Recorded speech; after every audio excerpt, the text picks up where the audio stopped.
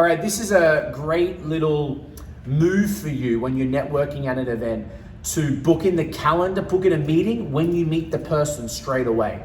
So many times I'd meet someone and would have a great conversation and they're like, hey, great, let's talk in the next few weeks. I'm like, sure, I'll send you an email next week. And they go, sure.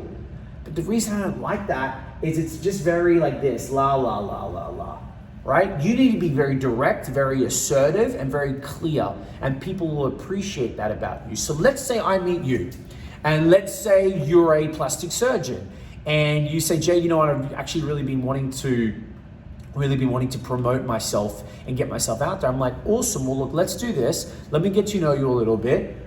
What day on your calendar next week works? Wednesday or Thursday, right? And now I'm actually giving them more of a couple of days to choose. I didn't say, when are you free? It's like, when next week works. Great, open up your calendar right now.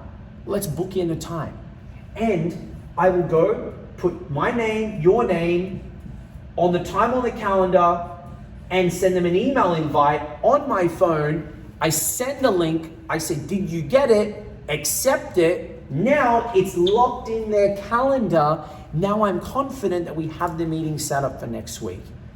I think really the bigger play here is like, don't just be fluff when it comes to saying things. I think maybe the video should have been more about how to be more assertive, but at the end of the day, when you're meeting someone, hey, I'll call you next week. No. Hey man, awesome. I'd love to continue the conversation. Great. Open up your phone for me. Let's book in a time right now. And if they're like, well, I'm not sure yet. I'm like, well, why don't we just put something intentively? And then if we need to, we can change it.